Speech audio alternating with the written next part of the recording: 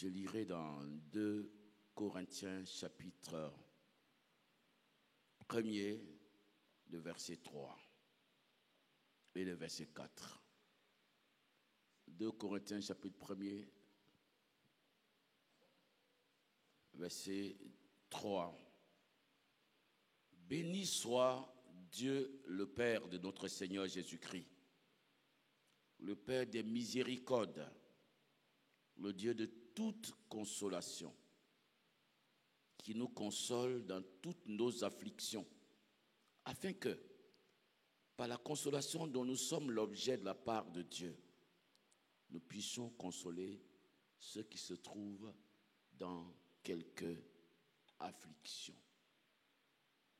J'ai lu ce texte pour apporter des encouragements à tous ceux, toutes celles qui ont été affligés ces derniers jours. Vous savez, ces derniers jours, ces dernières semaines, on a assisté à des épreuves, à des situations d'épreuves dans plusieurs familles. Un de nos frères a perdu son petit enfant d'1 an et demi qui était tout le temps à l'église ici avec lui et qui n'était pratiquement pas malade, qui est parti pour une intervention banale et qui y est resté. C'était vraiment tragique. Dans la semaine, un autre frère qui nous a fréquentés avec son épouse a été rappelé au Seigneur subitement, je crois le jeudi matin. Ce sont des situations très, très, très douloureuses. Ajouté à cela, vous savez, le pasteur Thiemé a perdu aussi son père. C'est déjà la semaine prochaine l'enterrement. Je voudrais que nous puissions comprendre que Dieu est le Dieu de toute consolation. Que nous ouvrons nos cœurs à la consolation. Quand nous traversons les épreuves, en tant qu'Église, le diable essaye de nous contrarier dans notre foi. Pour nous-mêmes, pasteurs, ce n'est pas une chose facile. Parce que quand nous prêchons la grâce de Dieu à l'Église, que nous prêchons la protection de Dieu à l'Église, et que nous voyons ces situations arriver, Satan essaye de vouloir nous fermer la bouche. Pour nous dire, tu vois, ça ne marche pas. Tu devrais arrêter de prêcher la guérison. Tu devrais arrêter de prêcher toutes ces choses que tu prêches. Ça ne tient pas. Mais nous devons rester fermes dans la foi. Dieu est le Père des consolations, qui nous console dans toutes nos afflictions, pour que de la consolation dont nous sommes l'objet de sa part, nous puissions consoler les autres qui passeraient un jour dans des épreuves. Que le Seigneur vous console et qu'il vous fortifie. Amen. Je voudrais inviter le pasteur Thiemé à s'approcher pour faire la lecture du jour pour nous. Nous allons lire aujourd'hui, on va rester dans le livre dans l'Ancien Testament. Vous savez que pendant 3-4 dimanches, nous avons parlé de la guérison de Naaman et des leçons qui se dégagent de la guérison de Naaman. Ce matin, nous allons rester aussi avec le prophète Élisée, toujours avec Élisée. Et nous allons lire le chapitre 7 du livre de 2 Rois, à partir du verset 1er jusqu'au verset 20. Je vous demande de suivre la lecture. Les versets qui nous intéressent dans ce long passage ne sont pas nombreux, mais c'est bon souvent de savoir tout le contexte. C'est bon de le savoir. Suivons la lecture. 2 Rois, chapitre 7, verset 1 au verset 20. Je lis la parole de Dieu. Élisée dit, écoutez la parole de l'Éternel. Ainsi parle l'Éternel. Demain, à 7 heures, on aura une mesure de fleur de farine pour 1 cycle et 2 mesures d'orge pour 1 cycle à la porte de Samarie. L'officier sur la main duquel s'appuyait le roi répondit à l'homme de Dieu. Quand l'Éternel ferait des fenêtres au ciel, pareille chose arriverait-elle? Et Élisée dit, tu le verras de tes yeux, mais tu n'en mangeras point. Il y avait à l'entrée de la porte 4 lépreux qui se dirent l'un à l'autre, quoi? Resterons-nous ici jusqu'à ce que nous mourions? Si nous songeons à entrer dans la ville, la famine est dans la ville et nous y mourrons. Et si nous restons ici, nous mourrons également. Allons nous jeter dans le camp des Syriens. S'ils nous laissent vivre, nous vivrons. Et s'ils nous font mourir, nous mourrons. Il partit donc au crépuscule pour se rendre au camp des Syriens. Et lorsqu'il fut arrivé à l'entrée du camp des Syriens, voici, il n'y avait personne. Le Seigneur avait fait entendre dans le camp des Syriens un bruit de chars et un bruit de chevaux, le bruit d'une grande armée, et ils s'étaient dit l'un à l'autre, voici, le roi d'Israël a pris à sa solde contre nous les rois des Hétiens et les rois des Égyptiens pour venir nous attaquer. Et ils se levèrent et prirent la fuite au crépuscule, abandonnant leurs tentes, leurs chevaux et leurs ânes, le camp tel qu'il était, et ils s'enfuirent pour sauver leur vie. Les lépreux, étant arrivés à l'entrée du camp, pénétraient dans une tente, mangeaient et burent, et en emportaient de l'argent, de l'or et des vêtements qu'ils allaient cacher. Ils revinrent, pénétraient dans une autre tente, et en emportaient des objets qu'ils allaient cacher. Puis, ils se dirent l'un à l'autre, nous n'agissons pas bien. Cette journée est une journée de bonnes nouvelles. Si nous gardons le silence et si nous attendons jusqu'à la lumière du matin, le châtiment nous atteindra. Venez maintenant et allons informer la maison du roi. Ils partirent et ils appelaient les gardes de la porte de la ville, auxquels ils firent ce rapport. Nous sommes entrés dans le camp des Syriens et voici, il n'y a personne. On n'y entend aucune voix d'homme. Il n'y a que des chevaux attachés et des ânes attachés, et les tentes comme elles étaient. Les gardes de la porte crièrent et ils transmirent ce rapport à l'intérieur de la maison du roi. Le roi se leva de nuit et il dit à ses serviteurs, je veux vous communiquer ce que nous font les Syriens. Comme ils savent que nous sommes affamés, ils ont quitté le camp pour se cacher dans les champs. Et ils se sont dit, quand ils sortiront de la ville, nous les saisirons vivants et nous entrerons dans la ville. L'un des serviteurs du roi répondit, que l'on prenne 5 des chevaux qui restent encore dans la ville. Ils sont comme toute la multitude d'Israël qui est restée. Ils sont comme toute la multitude d'Israël qui dépérit. Et envoyons voir ce qui se passe. On prit 2 chars avec les chevaux et le roi envoya des messagers sur les traces de l'armée des Syriens et disant, allez et voyez. Ils allaient après eux jusqu'au Jourdain. Et voici, toute la route était pleine de vêtements et d'objets que les Syriens avaient jetés dans leur précipitation. Les messagers revinrent et le rapportèrent au roi. Le peuple sortit et pilla le camp des Syriens. Et l'on eut une mesure de fleur de farine pour 1 cycle et 2 mesures d'orge pour 1 cycle, selon la parole de l'Éternel. Le roi avait remis la garde de la porte à l'officier sur la main duquel il s'appuyait. Mais cet officier fut écrasé à la porte par le peuple et il mourut selon la parole qu'avait prononcée l'homme de Dieu quand le roi était descendu vers lui. L'homme de Dieu avait dit au roi alors, on aura 2 mesures d'orge pour 1 cycle et 1 mesure de fleur de farine pour 1 cycle demain à 7 heures à la porte de Samarie. Et l'officier avait répondu à l'homme de Dieu, quand l'Éternel ferait des fenêtres au ciel, pareille chose arriverait-elle? Et Élisée avait dit, tu le verras de tes yeux, mais tu n'en mangeras point. C'est en effet ce qui lui arriva, il fut écrasé à la porte par le peuple et il mourut. Parole du Seigneur. Amen. Gloire à Dieu. Gloire à Dieu.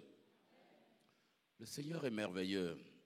Nous avons passé quelques semaines à étudier l'histoire de la guérison de Naaman. Et je souhaite rappeler rapidement C'est un point clé. Dans l'histoire de Naaman, nous avons, notamment la dernière chose que nous avons dite, nous avons parlé de cette petite jeune fille esclave qui a témoigné à son maître. Et nous avons déduit que de son témoignage, le Seigneur ayant fait des signes, ayant accompli le miracle, la jeune fille est devenue une héroïne, là où elle était une esclave. Dieu s'étant servi d'elle. Le Seigneur relève les faibles. Il remet debout le misérable, tombé à terre, et le malheureux abandonné sur un tas d'ordures, pour leur donner des places d'honneur en compagnie des gens importants. De la poussière, il retire le pauvre.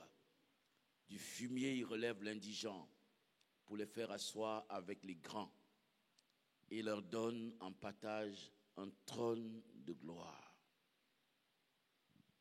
Le pauvre qui découvre Dieu, qui marche avec lui et qui lui obéit, qui le sert avec fidélité et persévérance, le Seigneur le relèvera toujours et lui donnera une postérité puissante.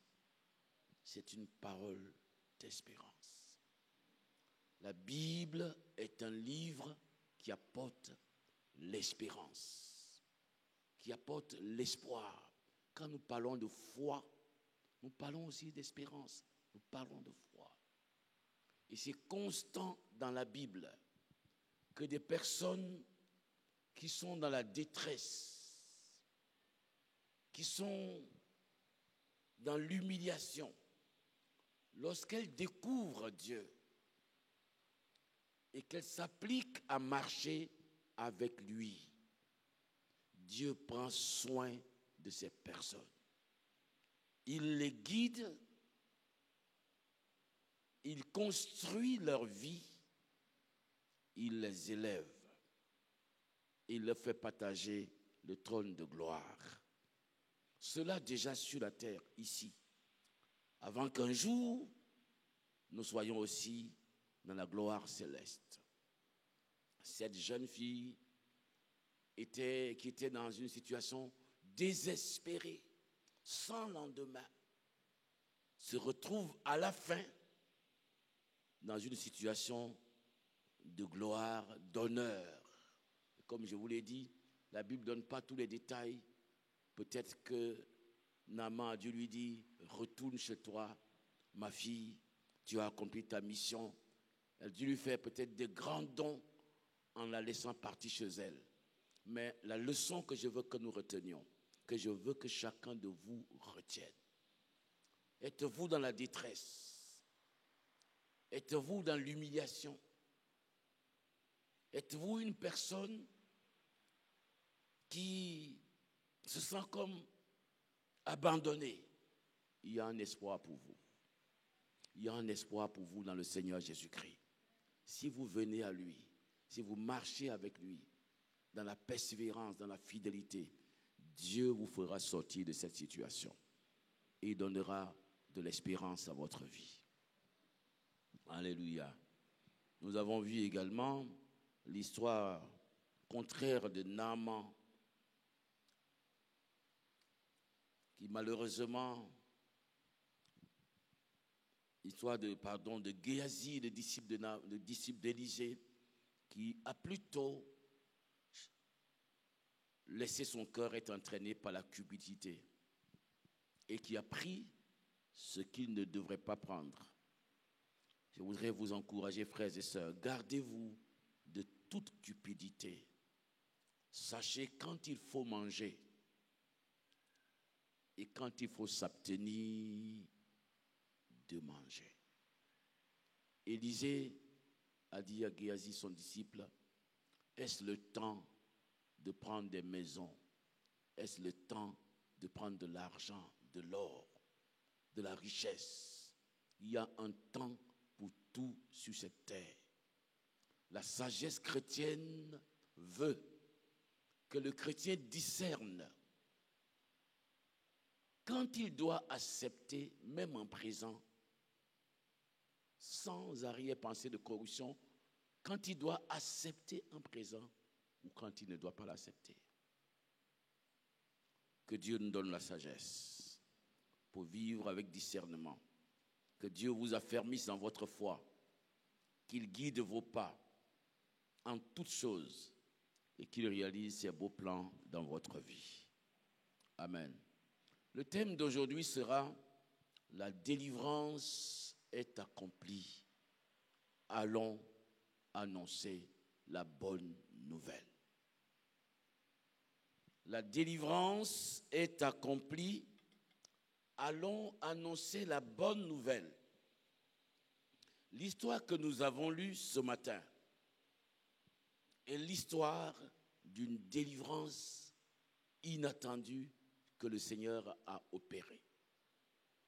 Et dans cette délivrance, il fallait que la bonne nouvelle soit annoncée.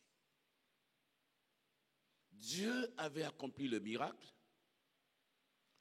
mais le peuple qui était dans la ville ne savait pas que la délivrance avait été opérée. Pour mieux comprendre, je vais rappeler ce qui s'est passé avant. Je vous encouragerai à lire chez vous à la maison le chapitre 6, dont le chapitre qui précède le chapitre 7, du livre de 2 Rois, chapitre 6. Vous pouvez lire du verset 24 au verset 30. Vous allez voir les événements qui sont passés avant. La Bible nous dit que le roi de Syrie a pris son armée et est allé assiéger la capitale du royaume du Nord, Israël du Nord. Le peuple d'Israël était divisé à cette époque en 2 camps, en 2 royaumes. Le royaume du Sud, qui avait pour capitale Jérusalem où se trouvait le temple, et le royaume du Nord, dont la capitale s'appelait la Samarie, et qui était globalement dirigé, ou j'allais même dire, qui était dirigé par des rois qui sont pas pieux, qui sont impies, qui sont idolâtres. Donc, le roi de Syrie prend son armée et il vient assiéger la capitale d'Israël, royaume du Nord. Et il empêche que les gens sortent et que les gens rentrent. C'est une stratégie de guerre. Et le siège, on ne dit pas combien de temps ça a duré, mais a été tellement dur qu'on ne trouvait plus de la nourriture dans la ville. Au point que les estimations qui sont données ici, nous ne pourrons pas les comprendre dans notre langage, dans nos chiffres d'aujourd'hui. Mais ça nous montre que c'est comme si on vous vendait 1 kilo de bœuf à 50 000 francs. Le jour où on vend 1 kilo de bœuf à 50 000 francs à Abidjan, il n'y a pas beaucoup de gens qui vont manger, vous êtes d'accord? Le jour où on vendra 1 kilo de riz à 20 000 francs, personne ne pourra manger. Du moins, pas tout le peuple. Et si cela arrive, ça signifie que vraiment la ville est dans la difficulté. Et c'est ce qui est arrivé à Samarie. La famine, le désespoir était grand. À tel point que 2 femmes dans la ville, quand vous lisez le chapitre précédent, qui vivaient dans une cour commune, qui sont des voisines, ont décidé une chose abominable. Elles ont décidé de tuer leurs propres enfants, des petits-enfants, et de les manger pour échapper à la mort, à la famine. Vous trouverez cela dans le texte précédent. Et le roi d'Israël, qui était en train de jeûner, qui, en bas de son costume, pour employer le terme moderne, avait mis un sac qui est symbole de jeûne, de détresse, eh bien, passait sur la muraille, faisait le tour. quand l'une de ces femmes-là crie à lui, « Secours-moi, ô roi !» Et le roi de lui dit, « Si l'Éternel ne te sauve, avec quoi je peux te sauver? Il n'y a rien à manger dans cette ville. » Et c'est là que cette femme lui dit, « Ma voisine et moi, nous avons décidé, pour échapper à la famine, de tuer nos enfants. Et nous avons mangé mon enfant. Et il était convenu que le lendemain, nous mangions le sien. Et là, maintenant, elle a caché son enfant. »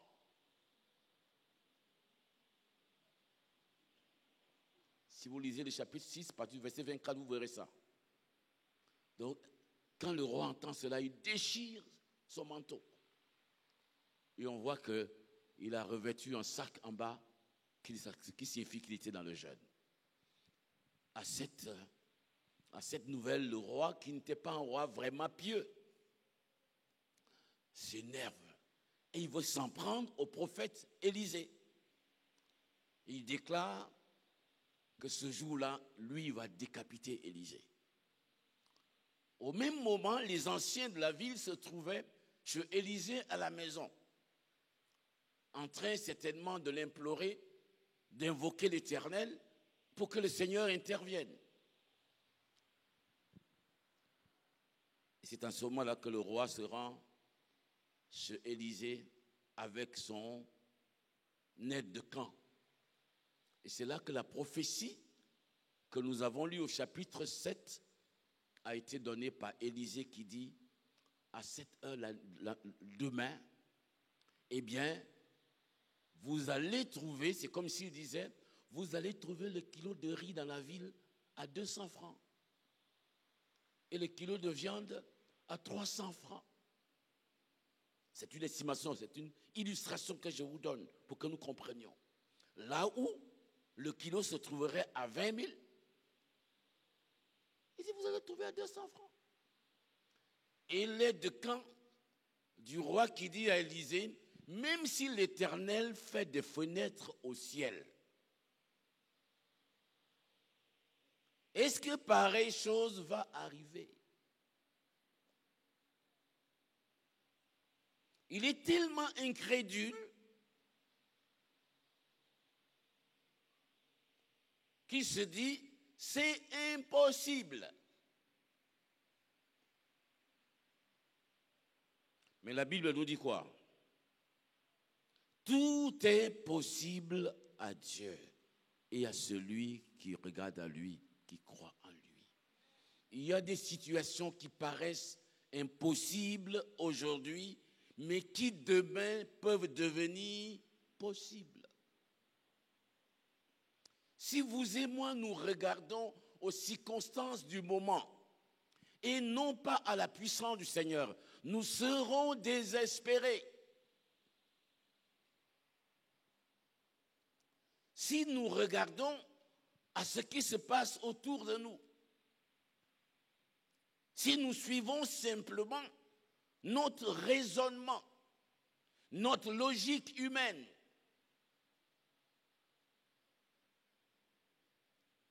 nous risquons et que nous ne prenons pas en compte ce que dit la parole de Dieu et surtout ce que peut faire la puissance de Dieu.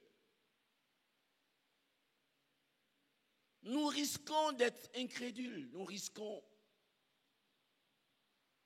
d'être en dehors du plan de Dieu. Je vous recommande, en toute chose, mettez Dieu là-dedans. Il y a ce qui paraît aujourd'hui. Il y a ce que vous voyez aujourd'hui. Il y a ce que vous sentez aujourd'hui. Il y a ce qui est vrai aujourd'hui. Il y a ce qui est dit aujourd'hui. Il y a ce que nous sentons aujourd'hui. Mais il y a ce qui peut être là demain parce que Dieu a agi. L'officier dit, même si l'Éternel faisait des fenêtres au ciel, pareille chose arriverait-elle? Le prophète Élisée lui dit, tu le verras de tes yeux, mais tu n'en mangeras pas. Attention, aux paroles qui sortent de la bouche de véritables hommes de Dieu ou du Saint-Esprit dans des circonstances particulières. Je ne dis pas des gens qui sont remplis de colère, des gens qui sont remplis de haine, qui sont remplis de méchanceté, qui prononcent des paroles de malédiction sans raison.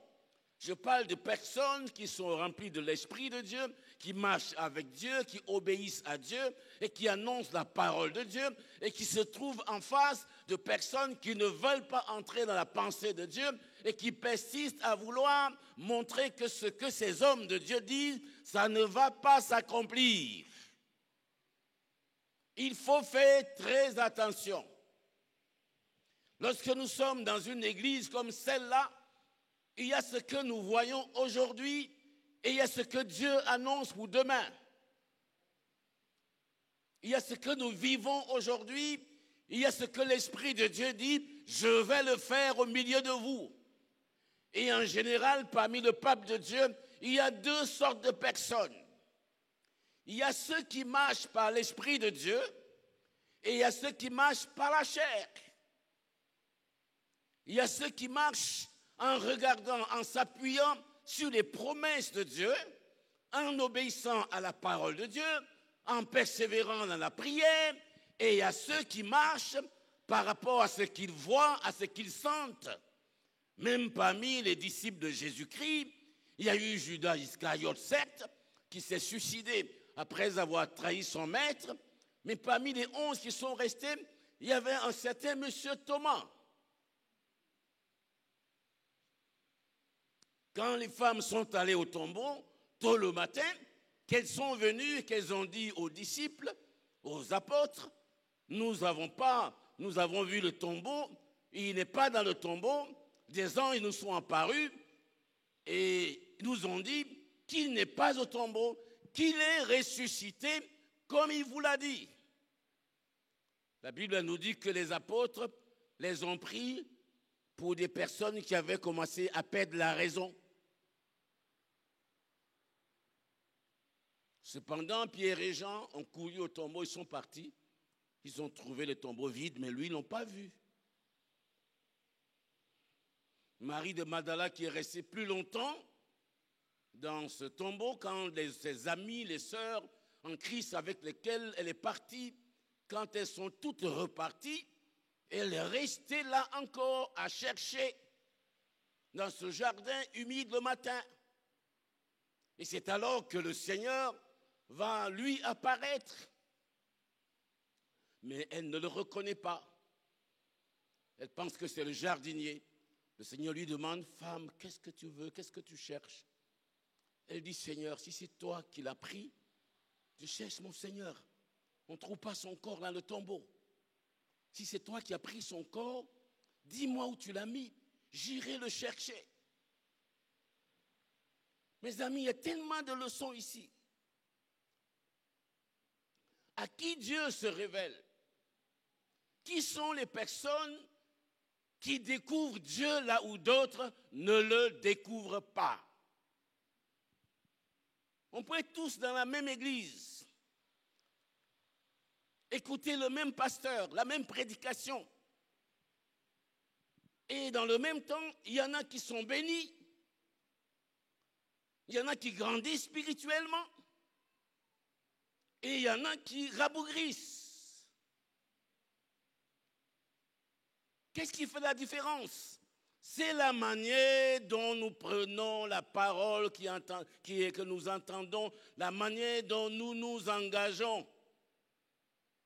Pourquoi le Seigneur est apparu à Marie de Magdala? La soif de son cœur, le désir ardent qui brûlait en elle, son amour pour le Christ. Avec ses sœurs, elles ont fait tant de sacrifices, tout le monde est parti. Les apôtres sont passés, ils sont partis, mais elle était encore là.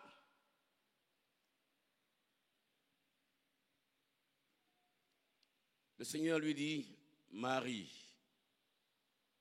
Quand il l'appelle par son nom, ses yeux s'ouvrent. Elle voit, c'est Jésus. Elle veut se jeter sur elle. Le Seigneur dit, ne me touche pas.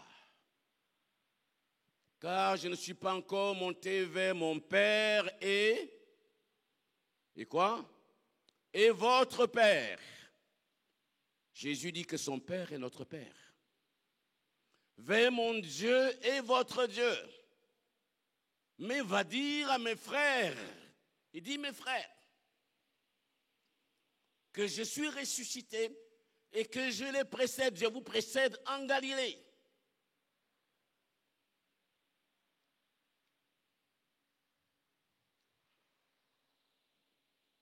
Qu'est-ce que j'ai voulu dire ici? Il y a deux sortes de croyants dans l'Église. On découvre cela tout au long de la Bible. Ceux qui marchent par l'Esprit de Dieu, qui croient la parole de Dieu, qui reçoivent la parole de Dieu avec un cœur pur, avec un cœur d'enfant, qui la mettent en pratique, qui obéissent, qui persévèrent, ceux-là obtiennent des fruits, ceux-là grandissent, ceux-là mûrissent dans la foi, ceux-là portent des fruits. Et ceux qui marchent par la chair, qui ne s'efforcent pas de s'approcher de Dieu, qui ne s'efforcent pas de mettre la parole de Dieu en pratique, ils sont dans la communauté, mais ils ne sont pas vraiment de la communauté. Ils sont là quand tout va bien. Ils sont là peut-être le dimanche, mais ils ne sont pas dans la dynamique de la construction spirituelle et sociale de l'Église. Or, le Christ veut que chacun de nous soit dans la dynamique de la construction spirituelle, sociale, matérielle de l'Église dont nous sommes membres.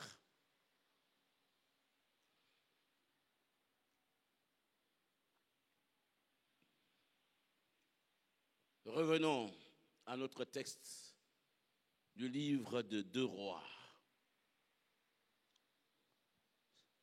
Cet officier sur qui le roi s'appuyait, ce qu'on appelle aujourd'hui son aide de camp, faisait partie du peuple de Dieu. Ils avaient le prophète Élisée dans leur ville.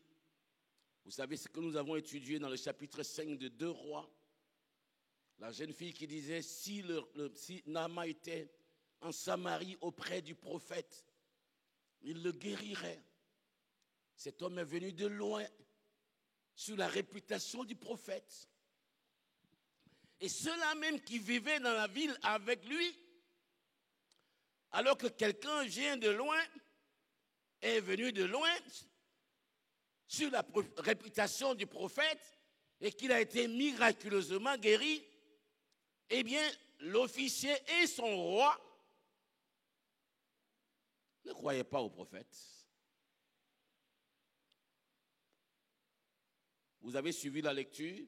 Même quand on vient dire au roi la nuit, après des semaines de siège, alors que la ville mourait, qu'on vient lui annoncer la bonne nouvelle, on le réveille de son sommeil, on lui dit, ah, des lépreux sont venus nous dire qu'ils sont allés et que les Syriens, les ennemis, ont fui. Il réagit exactement de la même manière qu'il a réagi quand il a reçu la lettre du roi de Syrie qui a recommandé Naaman. Il a toujours des excuses. Il dit, laissez-moi vous dire ce qui se passe. Autrement dit, il n'y a pas de délivrance. Non, non, non, non, non. Laissez-moi vous expliquer. Les Syriens se sont cachés quelque part. Et ils attendent que nous sortons. Et quand nous allons sortir, ils vont nous capturer vivants et ils vont rentrer dans la ville. Que se serait-il passé si on s'était arrêté sur l'analyse du roi, du premier responsable? Alors la délivrance aurait été opérée dehors et dans la ville, on va continuer de mourir de faim alors que l'Éternel a déjà accompli son œuvre. Et très souvent, Dieu a fini d'accomplir son œuvre, mais notre mentalité incrédule nous empêche de nous lever et d'entrer dans la délivrance et d'entrer dans la victoire. Très souvent,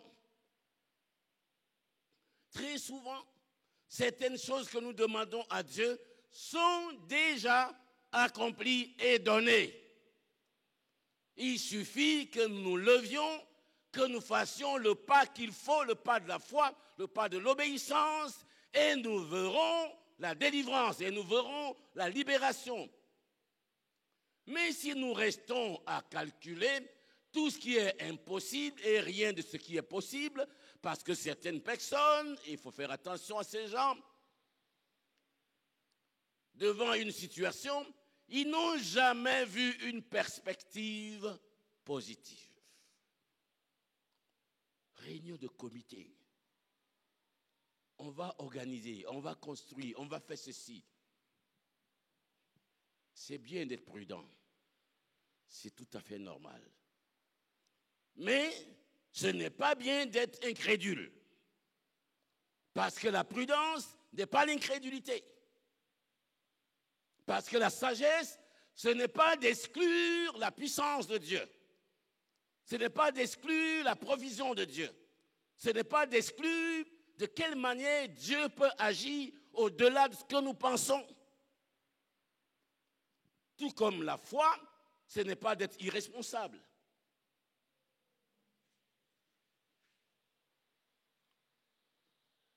L'officier et son roi.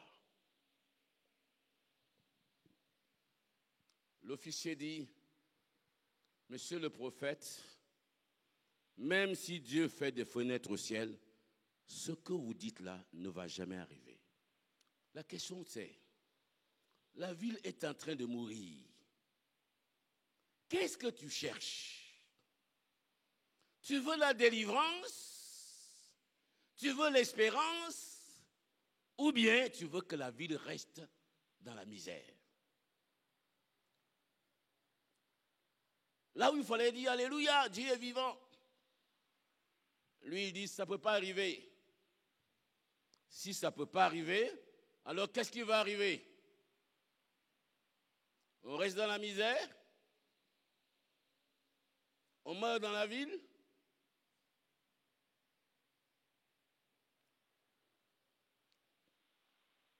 Élisée a répondu, tu le verras.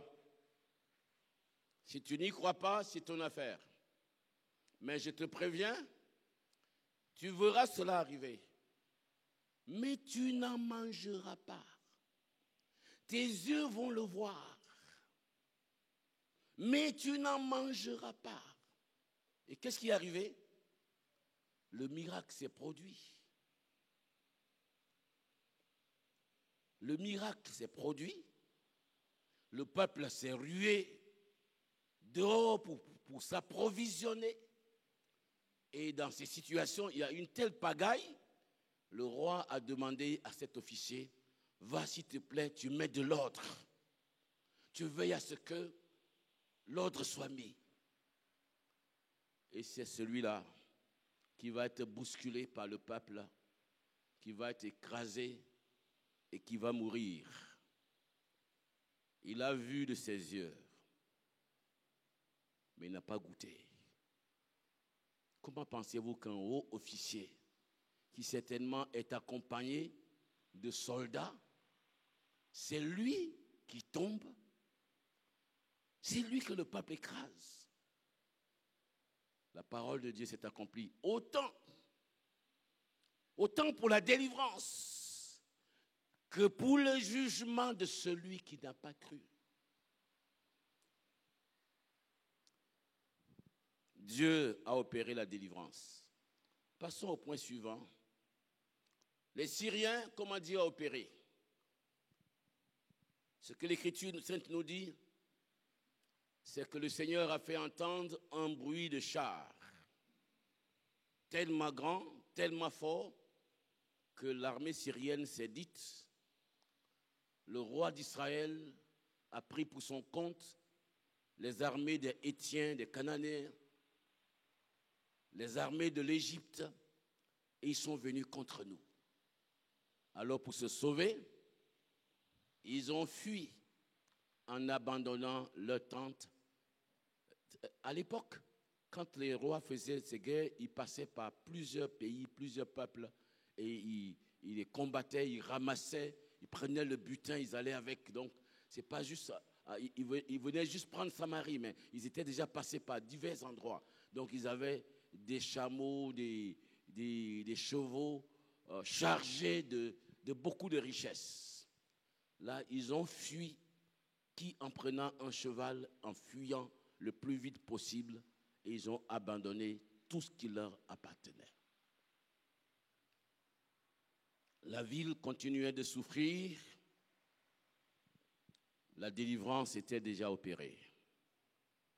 Les gens étaient cloîtrés dans la ville, ils n'en sortaient pas, mais les ennemis avaient déjà fui. La victoire avait été déjà accomplie. On ne sait pas depuis combien de temps il était déjà parti, que le peuple continuait de souffrir dans la ville. La prière avait été exaucée, mais le peuple n'était pas encore entré dans la bénédiction. Alors, qu'est-ce qui va se passer? Ces 4 lépreux, comme ils ne sont pas admis dans la communauté, ils étaient aux abords de la ville. Ils avaient faim, comme tout le monde. Il y a des moments difficiles où on ne distingue plus le roi du pauvre. Tout le monde devient même chose. Ils avaient faim, ils ont décidé, ils ont fait ce que j'appelle prendre de bonnes décisions pour soi-même. Ils ont pris de bonnes décisions, une bonne décision pour leur propre vie. Ils ont pris une bonne, très bonne décision. Les bons choix et les bonnes décisions pour votre vie. J'ai aimé l'analyse de ces lépreux. Ce n'est pas parce que quelqu'un est pauvre ou qu'il est malade qu'il n'est pas intelligent. Et ce n'est pas parce que quelqu'un est riche aussi qu'il est toujours intelligent. Ces lépreux se sont regardés et se sont dit, mais nous sommes en train de mourir ici. Si nous disons, nous retournons dans la ville, nous entrons dans la ville, les gens même les plus nantis sont en train de mourir de faim. Donc, nous finirons par mourir dans la ville. Si nous restons assis ici, eh bien, nous mourrons ici aussi de faim. Donc, il y a une possibilité qui nous reste. Celle de prendre le risque de nous jeter dans le camp des Syriens. De toutes les façons, ils verront que nous sommes des lépreux et que nous ne sommes pas armés et ils pourront nous laisser vivre. Nous ne sommes pas dangereux pour eux. Voilà la seule chance que nous avons. Nous allons l'exploiter au fond. C'est ça de l'intelligence. C'est ça l'intelligence. Et ils se sont décidés. Si maintenant ils ne nous laissent pas vivre, qu'ils nous font mourir, dans tous les cas, c'est la chose qui allait arriver si nous retournons en ville ou si nous restons ici. Mais si nous allons de l'avant, il y a une chance pour vivre. Sachez prendre de bonnes décisions dans votre vie. Et la meilleure décision que vous pouvez prendre dans votre vie, c'est celle de marcher avec Jésus-Christ.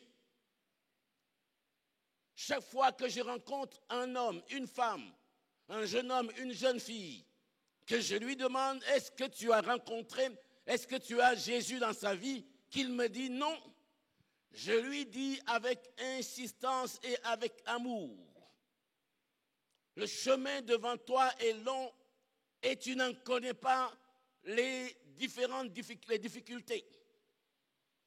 Mais tu peux prendre la décision d'avoir le partenaire idéal qu'il te faut. Choisis Jésus-Christ. Choisis Jésus-Christ. Si tu choisis de marcher avec lui, je ne dis pas, si tu deviens chrétien évangélique, tu te deviens protestant, tu te deviens charismatique, Je dis, si tu choisis de donner ta vie à Jésus-Christ, il changera ta vie, il prendra soin de toi, il te guidera et je peux t'assurer que tu ne le regretteras pas. La meilleure décision qu'un homme, qu'une femme doit prendre dans sa vie, c'est Jésus-Christ. Tu n'es pas encore marié, tu as de la chance. Tu peux le faire ensemble avec Jésus-Christ. Lui qui est le chemin, la vérité et la vie. Jeune homme, le meilleur conseiller qui peut te conduire, te guider, c'est Jésus-Christ. Jeune fille, sans le Christ, tu cours à l'aventure. Les risques sont tellement nombreux. J'ai rencontré le Christ quand j'avais environ 20 ans. Je suis né d'une famille animiste. J'avais toujours pensé que le christianisme était la religion des Blancs et que cette religion détruisait les coutumes de nos parents. Et la seule chose que j'avais jamais imaginée qui m'arriverait dans ma vie, c'est d'être un chrétien, surtout un chrétien protestant. Ceux qui ferment les yeux pour prier. Ceux que j'appelais des poules mouillées. Ceux qu'on insulte et vous disent « Oui, monsieur ». Ce n'était pas ma nature. Mais en 1977, en plein dans ma vision pour ma vie, j'ai rencontré Jésus-Christ. Et au terme de 3 mois de résistance, j'ai capitulé devant lui. Je me rappelle bien, c'était aux environs de 16 heures. Je pense que c'était un 1er avril. Je marchais sur la route, je n'étais pas dans un temple, aux abords d'une église évangélique. Et j'ai parlé à ce Jésus parce que la voix qui me parlait toutes les nuits, tous les jours me disait « Si tu ne me donnes pas ta vie, tu n'auras jamais cette joie, ce bonheur auquel tu aspires. » Et c'était Jésus, ce n'était pas les protestants, ce n'était pas les évangéliques. C'était Jésus qui me parlait. Il dit, c'est lui Jésus. Il ne me demandait pas de devenir protestant, ni de devenir évangélique ou catholique. Il me disait que si je n'ouvrais pas mon cœur pour lui donner ma vie, je n'aurais jamais cette joie et ce bonheur auquel j'aspire de manière légitime.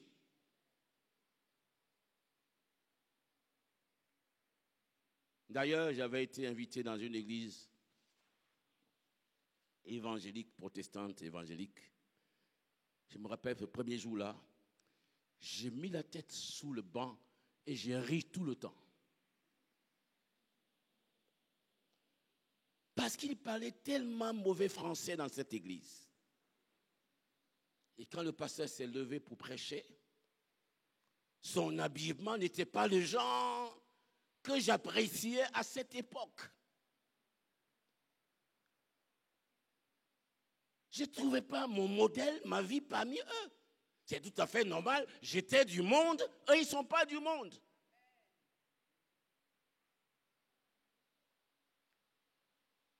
Mais ce jour-là, j'ai dit, Jésus-Christ, si c'est toi qui me parles, si tu peux changer ma vie. Je n'avais pas envie de devenir un chrétien protestant. Et aujourd'hui même, je voudrais vous dire que je n'aurais jamais été capable d'être un religieux. C'est dur d'être religieux. Mais c'est beau d'être disciple de Jésus-Christ. C'est beau de marcher avec lui. Parce que disciple de Jésus-Christ, on parle avec lui, on marche avec lui, on l'entend. Il parle à nos cœurs, on parle avec lui, on ouvre sa parole, on entend sa parole parler à nos cœurs. Son esprit agit dans nos vies. Nous sommes transformés de gloire en gloire à l'image du Seigneur par l'Esprit de Dieu. C'est différent.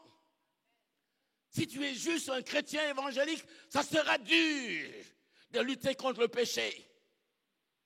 Si tu es juste un baptisé, que tu n'as pas pris l'engagement de marcher avec Jésus-Christ, ça sera dur. La parole de Dieu, les commandements de Dieu, ça sera dur. Tu ne fumes pas, tu ne bois pas, tu ne vas pas en boîte, tu ne cherches pas les femmes, tu ne cherches pas les... C'est trop compliqué pour un inconverti. Mais pour quelqu'un qui est né de nouveau, qui a l'Esprit de Dieu en lui, qui a la vie de Dieu en lui, c'est la norme dans la marche. C'est normal. Parce qu'il est né de Dieu. Il est fils de Dieu. Il est fille de Dieu. Alléluia. C'est ça la différence. Ce jour-là, j'ai dit, Jésus, tu prends, je te donne ma vie. Et j'ai ajouté, si tu ne changes pas ma vie, je vais retourner dans ce que je faisais. Mes parents n'étaient pas chrétiens, ma famille n'était pas chrétienne. Ce que je vous dis, c'est le scandale du siècle dans toute ma tribu. J'étais le premier converti protestant. Quand la nouvelle est arrivée au village, ça a été un drame, un deuil familial, un deuil de toute la tribu. Les chrétiens de l'église, du village protestant, du village, qui paraissaient comme nos ennemis, ils sont dans l'autre camp, nous dans l'autre camp. Ils ont chanté, dansé comme si le diable lui-même venait de se convertir. Et malheureusement, ils ont nargué ma mère au puits. Et je me rappelle la première fois que je suis parti au village, tout le monde attendait. Parce que tout le monde connaissait l'ancien René. Maintenant, on voulait voir... Est-ce que s'il y a eu un nouveau?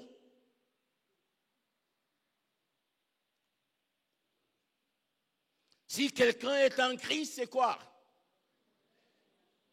Il est une nouvelle créature. Les choses anciennes sont passées. Et toutes choses sont devenues nouvelles. Les plaisirs ont changé. Les centres d'intérêt ont changé. Les passions ont changé. Les additions ont changé. J'arrive. À l'époque, quand j'arrivais au village, on voyait mon sac, mais moi, on ne me voyait pas jusqu'à 24 heures après. J'avais disparu dans le village. Cette fois-ci, le sac est là, le propriétaire est là. Ah, je ne savais pas que les gens observaient tout ça. Le sac est là, le propriétaire est là. Quand tout le monde est allé dormir vers 21h, 22h, moi aussi, on est tous allés dormir. Le lendemain matin, ils ont envoyé le bangui blanc. À l'époque, ça c'était encore le moins cher. Quand on disparaissait la veille, la nuit, après notre arrivée, on était dans les endroits où on boit. Mais Génie était parlé. Mais là, maintenant, c'est venu me trouver à la maison. Et ils ont voulu me tester. Qu'en servant, ils m'ont servi comme d'habitude, sans tenir compte de ma nouvelle situation. Et c'est là que beaucoup de chrétiens trahissent leur foi. C'est un moment important. Quand vous retrouvez des gens qui vous ont connus païens, avec qui vous avez fait certaines choses ensemble, et que vous retrouvez, et qu'ils font semblant que la vie continue comme avant, c'est en ce moment-là que vous devez montrer maintenant que les choses anciennes sont passées et que désormais, vous êtes vous un homme nouveau, une femme nouvelle. Si vous ne le faites pas, vous perdez le premier round. Si vous perdez le premier round, vous risquez de perdre le second. Vous risquez de plonger dans le péché. C'est ce qui arrive à certains chrétiens. Ils n'ont pas le courage, ils ne prennent pas le courage de confesser à leurs amis, à leurs parents, j'ai accepté Jésus-Christ. Maintenant, j'ai changé de vie. Je ne fume plus. Je ne m'enivre plus d'alcool. Je ne vais plus dans les boîtes où on allait ensemble. Je ne fais plus les mêmes bêtises. Ils ne prennent pas le temps de dire à leurs anciennes copines, c'est terminé ça. Je suis dans la lumière. C'est toi qui vas me rejoindre, ce n'est pas moi qui vais te rejoindre. Vous savez, il y a des choses sur lesquelles nous devons avoir une position radicale. Il n'y a rien à négocier ici. Si vous négociez avec le diable, vous pouvez être sûr, c'est lui qui va l'emporter. La première personne qui a voulu négocier, discuter avec le diable, c'était Ève. Vous connaissez la suite.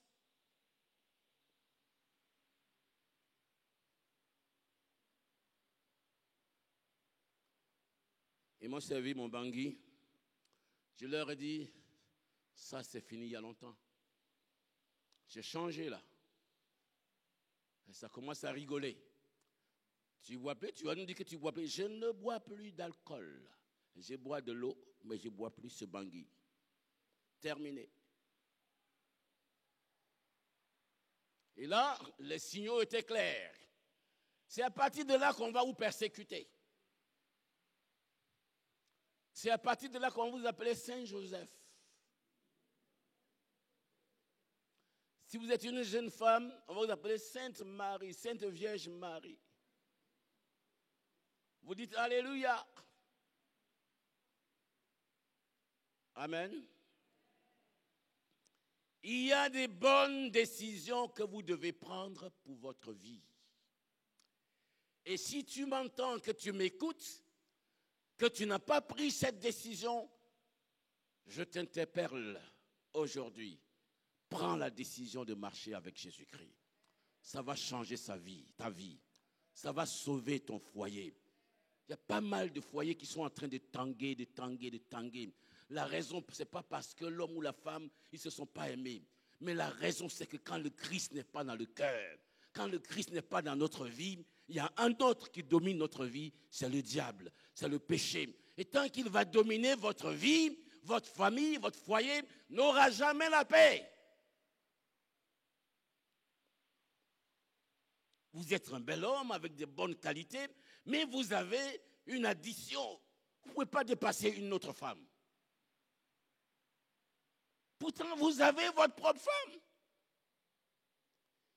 Et comment votre foyer sera heureux si chaque fois que vous voyez une autre femme, vous avez les yeux pour elle? Mais si vous devenez chrétien, si vous êtes en Christ, je veux dire, si vous acceptez Jésus-Christ, il va changer votre vie. Et vous pouvez être un homme fidèle à Dieu et fidèle à sa femme. Parce que personne ne sera fidèle à sa femme s'il n'est pas d'abord fidèle à qui? À Dieu.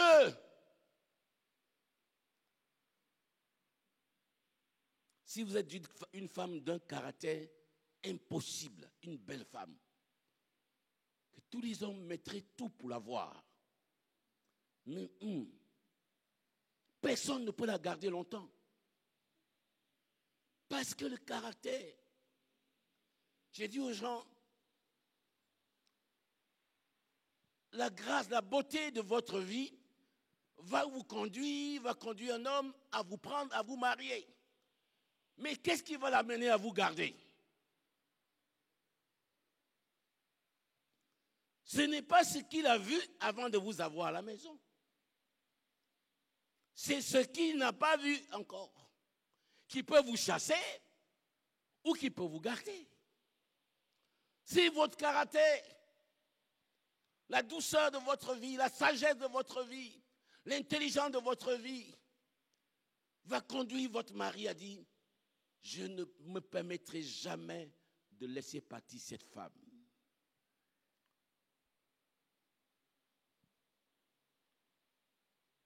Et ça va sécuriser. Ce n'est pas un marabout qui sécurise un foyer.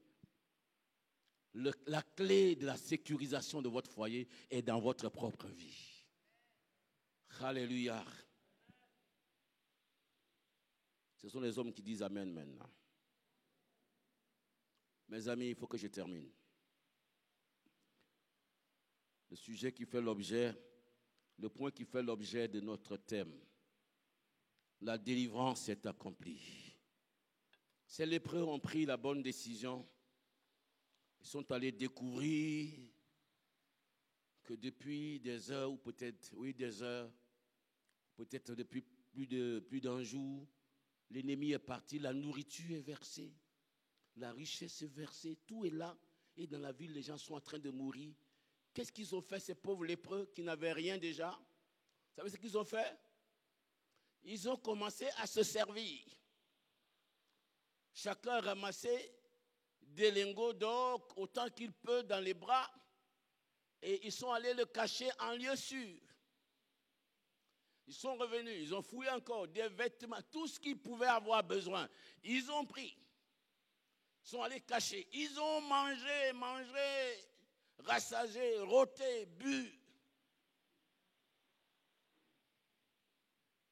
Après, maintenant, la raison leur est revenue. Ils ont dit, ce jour est un jour de bonnes nouvelles. La délivrance est là, la nourriture est là. Tout ce que l'on a besoin est ici. En plus, même la liberté est là maintenant. Et pourtant, dans la ville est dans la prison, dans la servitude, dans la faim. Si nous nous taisons, que nous n'allons pas dans la ville pour annoncer la bonne nouvelle, ce qu'il va se passer, à un moment donné, les gens vont le découvrir. D'une manière ou d'une autre, ils vont le découvrir. Et ils vont savoir que nous le savions. Et nous allons encourir le jugement, la sentence du peuple. Donc, soyons sages. Nous avons pris bonne décision pour nous. Prenons une bonne décision pour les autres. Allons dans la ville et annonçons la bonne nouvelle. Quand tu as été sauvé et délivré, quand tu as écouté cette bonne parole qui te donne la liberté et la joie, ton frère, ta soeur, ton ami, tes parents sont dans la ville. Ils ont faim, ils ont soif. Ils vivent dans les cauchemars. Ils vivent dans la peur des sorciers que le Christ a déjà vaincu. Et toi, tu viens chaque dimanche, tu loues le Seigneur, c'est beau, et tu retournes, tu ne leur dis rien.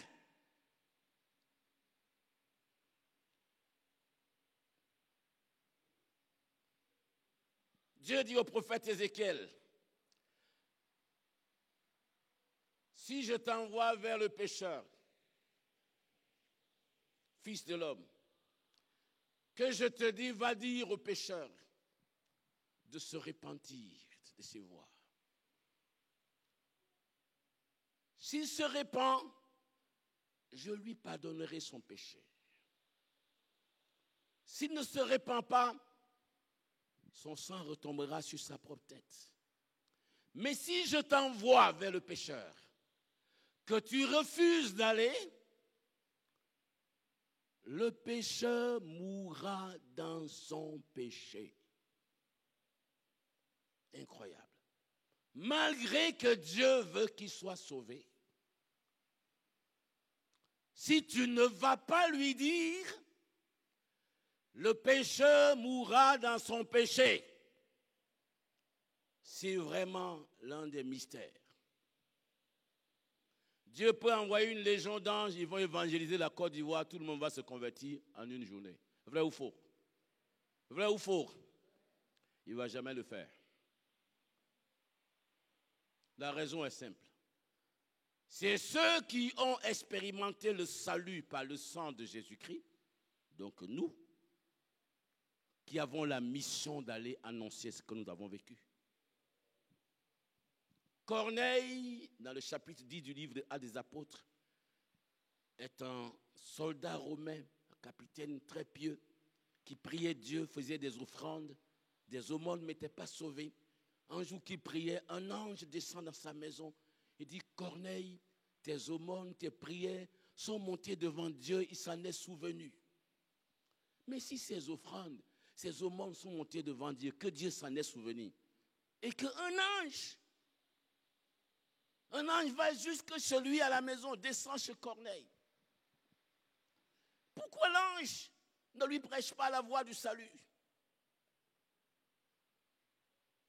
L'ange va dire à Corneille, maintenant envoie des gens chercher un certain homme appelé Simon. Il parlait de Pierre. Et il ajoute, c'est lui qui te dira les choses par lesquelles tu seras sauvé. Qu'est-ce que Pierre peut dire qu'un ange ne peut pas dire? Mes amis, c'est ça le paradoxe, c'est ça le mystère. Un ange n'a pas expérimenté la nouvelle naissance, la conversion, et il a un mandat différent du nôtre. Notre mandat, c'est d'aller partout prêcher la parole de Dieu. Le mandat de l'ange, c'est de nous escorter, de nous protéger. Si un démon veut nous attaquer, si des sorciers veulent nous attaquer, il leur dit, attention, ce sont les envoyés du Seigneur. Si vous touchez à mes ouins, je vous frapperai. C'est le rôle de l'ange. Mais votre rôle à vous, mon rôle à moi, c'est de proclamer cette parole. Et Corneille va envoyer des serviteurs chercher Pierre. Pendant ce temps, Pierre, lui, il est bloqué par la religion. Sa religion juive lui dit que toi, Pierre, tu es un juif, tu ne peux pas rentrer chez un païen, chez un romain, pour t'asseoir avec lui, manger avec lui. Si tu fais ça, tu te souilles. Ça, c'est les dispositions du judaïsme. Au moment où Dieu est en train de dire, toi, tu vas aller lui apporter la parole. La tradition religieuse est en train de l'en empêcher. Alors Dieu est obligé d'envoyer une vision à Pierre. Je vais couper court maintenant. Et cette vision va pousser Pierre à obéir, à suivre les envoyés de Corneille. Il rentre dans la maison de Corneille, ce païen. Il trouve que Corneille a invité tous ses amis. Est-ce que l'ange a dit à Corneille d'inviter ses amis? Si vous lisez la Bible, l'ange ne lui a jamais dit ça. Il lui a simplement dit, envoie des gens chercher Pierre. Mais Corneille applique un principe qui est au cœur de l'évangile.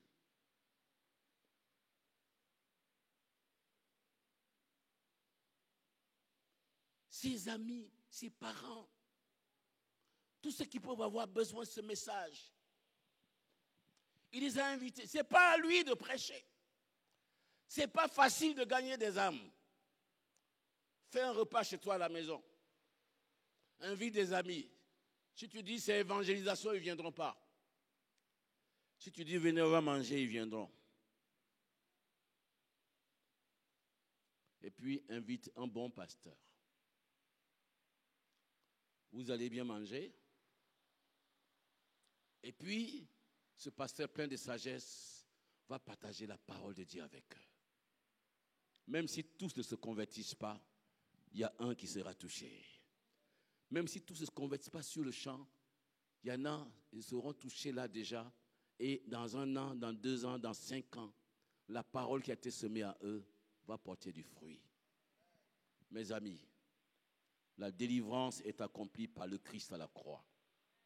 La puissance des ténèbres a été brisée. Les Syriens ont fui. Le Christ est mort, il est ressuscité des morts. Il est monté aux cieux, il est assis à la droite du Père. Il revient bientôt. Il nous a dit, allez par tout le monde, prêchez la bonne nouvelle. Levons-nous, allons dans la ville.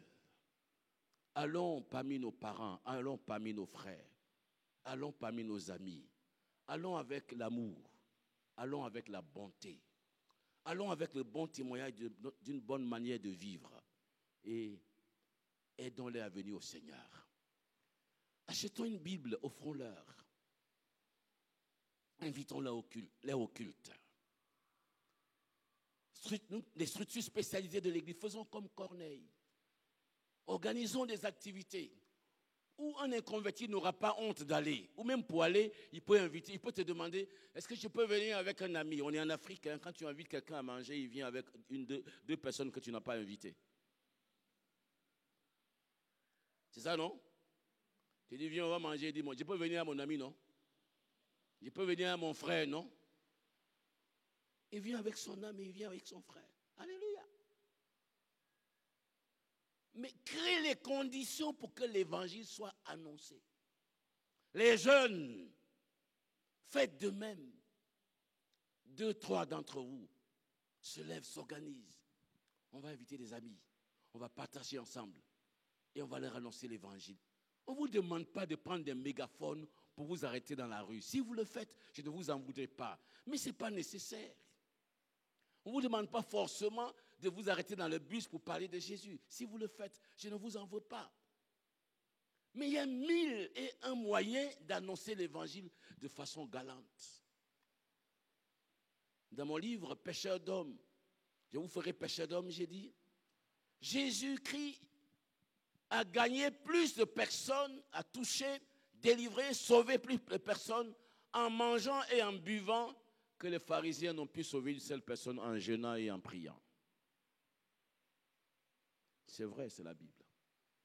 Le salut est accompli. Allons et portons la bonne nouvelle autour de nous. Le Seigneur est avec toi. Sa parole est avec toi. Son esprit est avec toi. Gagne cette personne à la foi.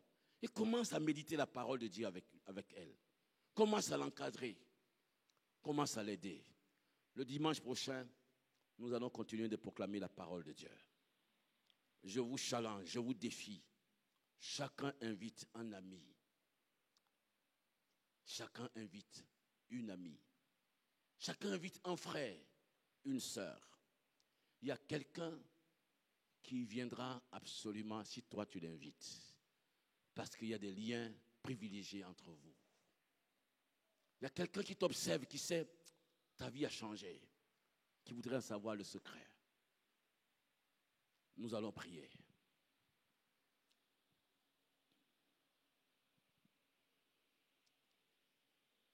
Je vais lancer un premier appel. Premier appel. Je vous ai raconté mon témoignage. Tu as une décision à prendre. La décision qui va changer ta vie. Il ne s'agit pas de la décision d'être religieux. La première décision importante avant celle d'appartenir à une église, c'est la décision d'accepter Jésus-Christ comme Sauveur et Seigneur. Si tu es là ce matin, que tu réalises vraiment et sincèrement, et c'est une affaire personnelle, ce n'est pas une affaire de ton frère, de ta soeur, de tes parents, ni de ton mari, ni de ta femme. Si tu réalises que tu n'as pas encore donné vraiment ta vie à Jésus-Christ, que tu es en train d'aller dans la vie sans ce compagnon fidèle, sans ce sauveur fidèle.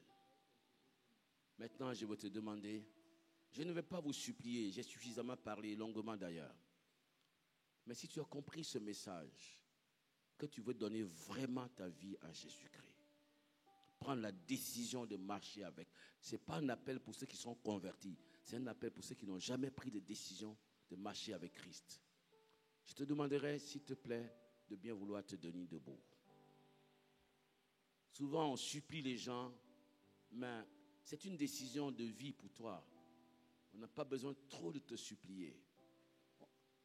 C'est vrai que l'Évangile nous dit, je vous en supplie, soyez réconciliés avec Dieu. C'est par amour. Tu as écouté cette parole. Tu es dans cette assemblée. Et tu sais que tu as besoin de prendre la bonne décision, celle de marcher avec Jésus. Je te demande de te lever. Tiens-toi debout. Lève-toi. Si tu sais que ce que j'ai dit te concerne. Je voudrais vous demander de vous approcher là devant. On va prier pour vous. Sortez des rangs et venez. Vous savez, c'est important. Une décision ne vaut que par un acte. Une décision est un acte. en vous levant, en vous avançant, vous marquez votre décision. Vous marquez votre décision. Vous marquez votre décision.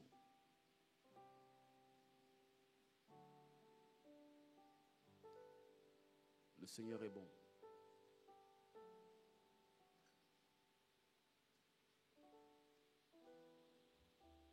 Alléluia.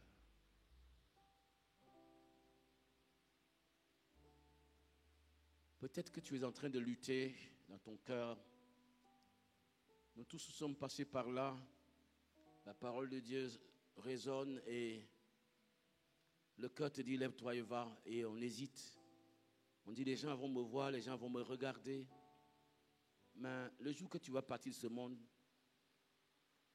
aucun de ceux que tu penses qu'il va te regarder ne pourra aller avec toi. Tu seras seul. Il y a des décisions qui te concernent personnellement et directement. Prends cette décision. Je vous encourage, mes fils et mes filles. Je voudrais inviter le pasteur Thierry à venir prier pour vous. À la fin de la prière, quand le culte sera terminé, veuillez me rencontrer. C'est-à-dire que vous viendrez par là, ou bien pasteurs, ils vont se mettre où ici? Oui, vous irez ici, et puis les pasteurs vont s'occuper de vous. Nous vous aimons, nous voulons juste vous aider. Le pasteur va prier avec vous. Gloire à Dieu. Vous allez répéter après moi. Seigneur Jésus, je te dis merci pour ton amour pour moi. Seigneur, tu t'es révélé à moi aujourd'hui. Je veux t'accepter dans mon cœur. Je prie que tu me pardonnes mes péchés et que tu permettes que je sois un partisan de ton royaume, que je sois ton fils, que je sois ta fille et que je sois engagé avec toi. Seigneur, aide-moi afin que mon cœur soit disposé à t'honorer et à te glorifier. Seigneur, accepte-moi dans ton royaume. Maintenant, je prie pour vous. Seigneur, il y a de la joie au ciel lorsqu'un homme, une femme ouvre son cœur à ton royaume. Il y a la réjouissance. Pour mes frères, mes sœurs qui sont là aujourd'hui, Seigneur, il y a la réjouissance dans ton royaume. C'est pourquoi nous te bénissons et te rendons toute la gloire. Parce que Seigneur, notre Dieu, ses bien-aimés étaient perdus, mais aujourd'hui, ils sont retrouvés pour ton royaume, Seigneur. Je prie dans le nom de Jésus-Christ de Nazareth que les liens, Seigneur, notre Dieu, dans leur vie soient brisés maintenant au nom de Jésus. Ce qui est de la chair est brisé maintenant au nom de Jésus. Qu'ils soient, notre Dieu Père, renouvelés dans l'esprit. Qu'ils soient renouvelés dans leur cœur. Qu'ils soient renouvelés dans leur âme. Qu'ils soient renouvelés, Seigneur notre Dieu, pleinement en toi, Seigneur. Ce qui étaient les passions dans leur cœur, Seigneur notre Dieu, que ces passions s'éteignent maintenant et que la parole de Dieu soit la passion pour leur cœur et soit la passion pour leur vie. Ô Saint-Esprit, viens régénérer leur esprit. Viens prendre le contrôle de leur esprit, Seigneur, afin qu'ils sachent que Jésus-Christ est Dieu et que Père, notre Dieu, en disant aujourd'hui que Jésus est Fils de Dieu, Seigneur, qu'ils soient gagnés à ton royaume, Seigneur. Que Père, les œuvres des ténèbres disparaissent à jamais. Si quelqu'un est en Christ, c'est une nouvelle créature. Nous proclamons qu'ils sont de nouvelles créatures pour ton royaume, Seigneur. Qu'ils sont de nouvelles créatures pour ton royaume. Des hommes rachetés, des hommes régénérés, des hommes, notre Dieu, restaurés. Seigneur, pour la gloire de ton nom, Seigneur. Parce que tu le fais, notre Dieu, Seigneur. Soyez renouvelés. Soyez renouvelés. Soyez renouvelés. Ô Saint-Esprit, Seigneur, leur cœur t'appartient désormais. Leurs vies, Seigneur, sont à toi, Père. Ce qui était notre Dieu, Seigneur, ô Dieu de gloire, la source, notre Dieu, Père, Seigneur, des ténèbres dans leur vie, Seigneur, cela est brisé maintenant, Seigneur. que ton esprit s'empare de leur esprit. Que ton vent de grâce souffle sur eux, Seigneur. Béni sois-tu, Seigneur. Que le sang de Jésus les lave et les purifie. Que le sang de Jésus les nettoie, Père, notre Dieu. Que les forteresses, notre Dieu ennemi, soient brisées. Parce que tu les rachètes aujourd'hui, Seigneur. Le royaume de Dieu vous appartient aujourd'hui, bien-aimés. Le royaume de Dieu est pour vous. Vous êtes devenus fils et filles du royaume. Vous avez les droits des fils et des droits des filles du royaume. Que la paix de Dieu soit avec vous. Au nom de Jésus. Amen.